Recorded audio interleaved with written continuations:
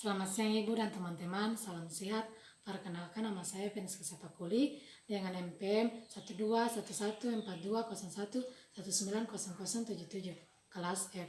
Saya mahasiswa dari Universitas Kristen Indonesia Maluku, Fakultas Kesehatan, Prodi Keperawatan. Pada kesempatan ini, saya akan membuat video tentang materi pencegahan infeksi lingkungan pada bayi baru lahir.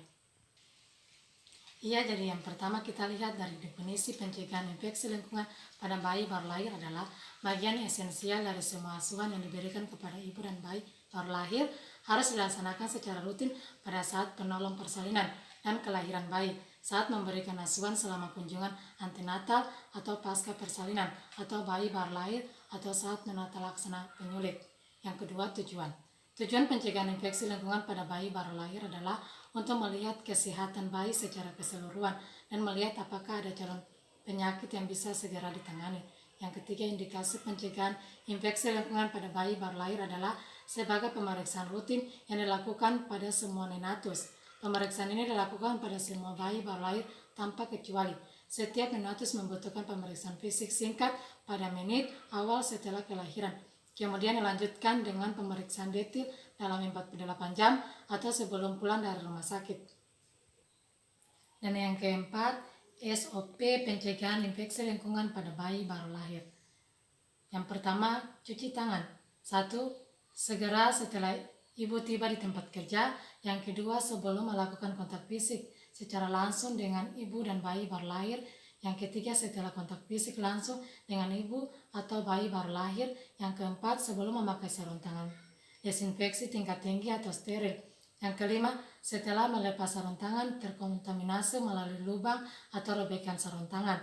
Yang keenam, setelah menyentuh benda yang mungkin terkontaminasi oleh darah atau cairan tubuh lainnya atau setelah menyentuh selaput mukosa, misalnya hidung, mulut, mata, vagina, meskipun saat itu sedang menggunakan sarung tangan.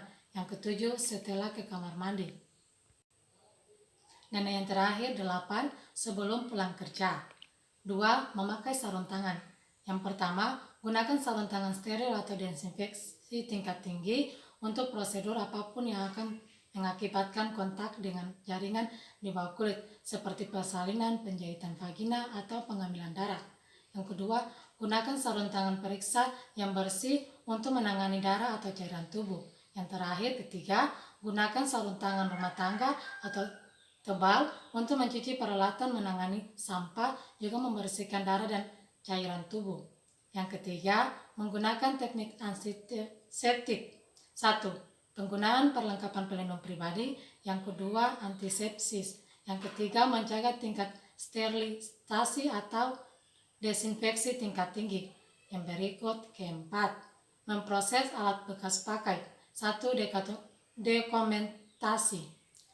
Segera setelah digunakan, masukkan benda-benda yang terkontaminasi ke dalam larutan klorin 0,5% selama 10 menit. Yang kedua, pencucian dan pembilasan. A. Pakai sarung tangan karet yang tebal pada kedua tangan. B. Ambil peralatan bekas pakai yang sudah terdekomentasi. Yang ketiga, agar tidak merusak benda-benda yang terbuat dari plastik atau karet, jangan cuci secara bersamaan dengan peralatan dari logam. D. Cuci setiap benda tajam secara bersih dan hati-hati. E. Gunakan sikat dan air dan sabun untuk menghilangkan sisa darah dan kotoran. F. Bukan ensel, gunting, dan klem. G. Sikat dengan saksama terutama di bagian sambungan dan sudut peralatan. H. Pastikan tidak ada sisa darah dan kotoran yang tertinggal pada peralatan. I. Cuci setiap benda sedikitnya 3 kali atau lebih jika perlu dengan air bersih dan sabun. J. Bilas di benda-benda tersebut dengan air bersih. K. Ulangi prosedur tersebut pada benda-benda lain.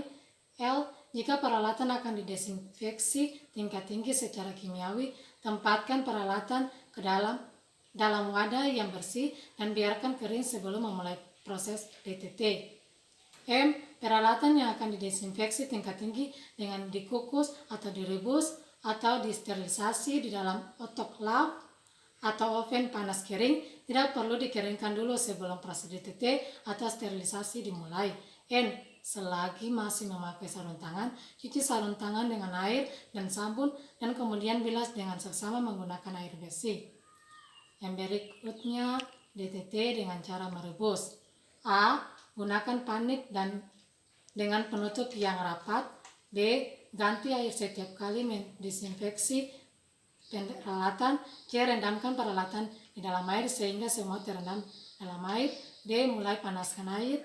E. Mulai hitung waktu saat air mendidih.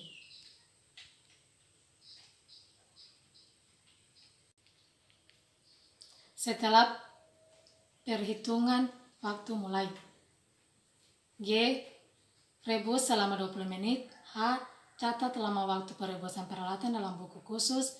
I. Biarkan peralatan kering dengan cara diangin-anginkan sebelum digunakan atau disimpan. J. Pada saat peralatan kering, gunakan segera atau simpan dalam wadah disinfeksi tingkat tinggi dan berpenutup. Yang berikutnya DTT kimiawi. A. Persiapkan larutan klorin 0,5%. B. Letakkan peralatan dalam keadaan kering. C. Pastikan peralatan terendam seluruhnya dalam larutan kimia.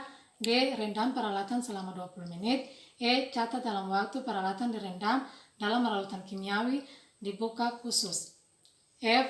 Bilas peralatan dengan air matang dan angin-anginkan sampai kering di wadah disinfeksi tingkat tinggi yang berpenutup. G. Setelah kering, peralatan dapat segera digunakan dan disimpan dalam wadah disinfeksi tingkat tinggi berpenutup rapat.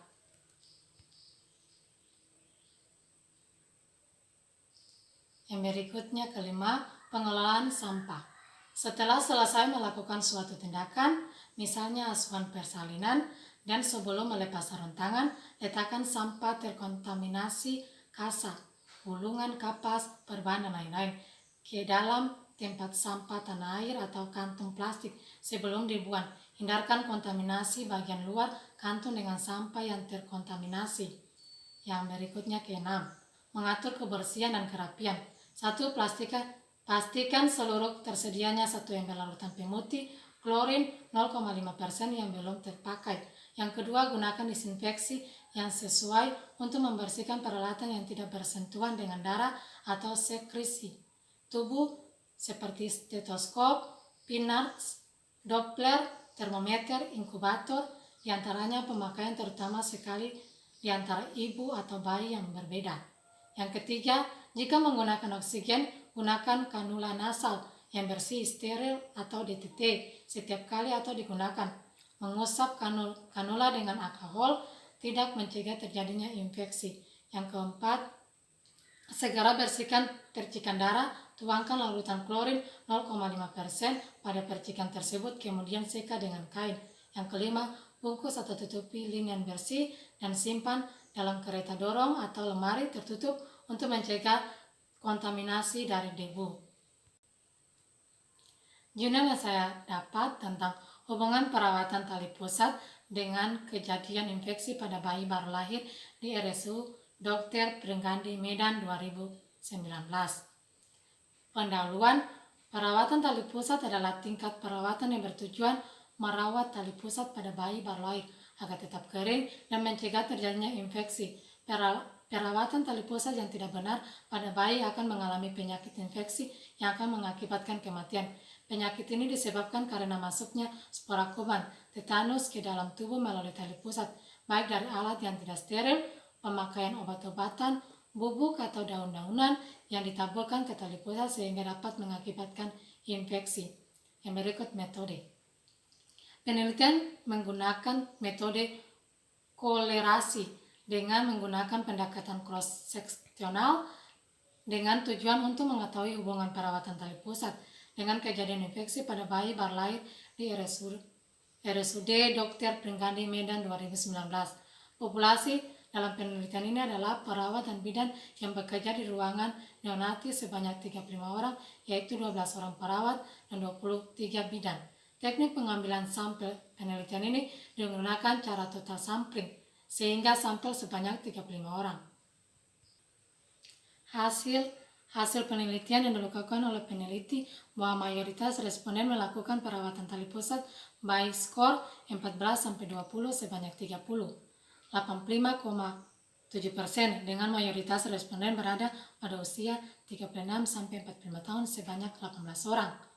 51,4% dan berpendidikan S1 sebanyak 6 orang. 17,1% dengan mayoritas pengalaman kerja 11 sampai 15 tahun sebanyak 15 orang.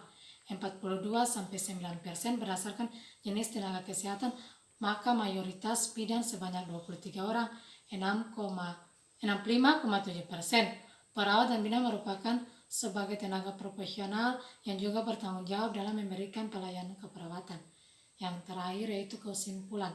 Kesimpulan berdasarkan hasil analisis data dan pembahasan hasil penelitian mengenai kepuasan perawat pada perawatan tali pusat dengan kejadian infeksi pada bayi baru lahir dengan nilai signifikan Q sama dengan 0,17 sehingga Q lebih dari 0,05, maka HA diterima dan HO ditolak.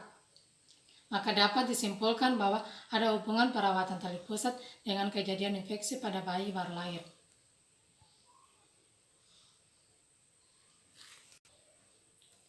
Sekian video yang dapat saya buat.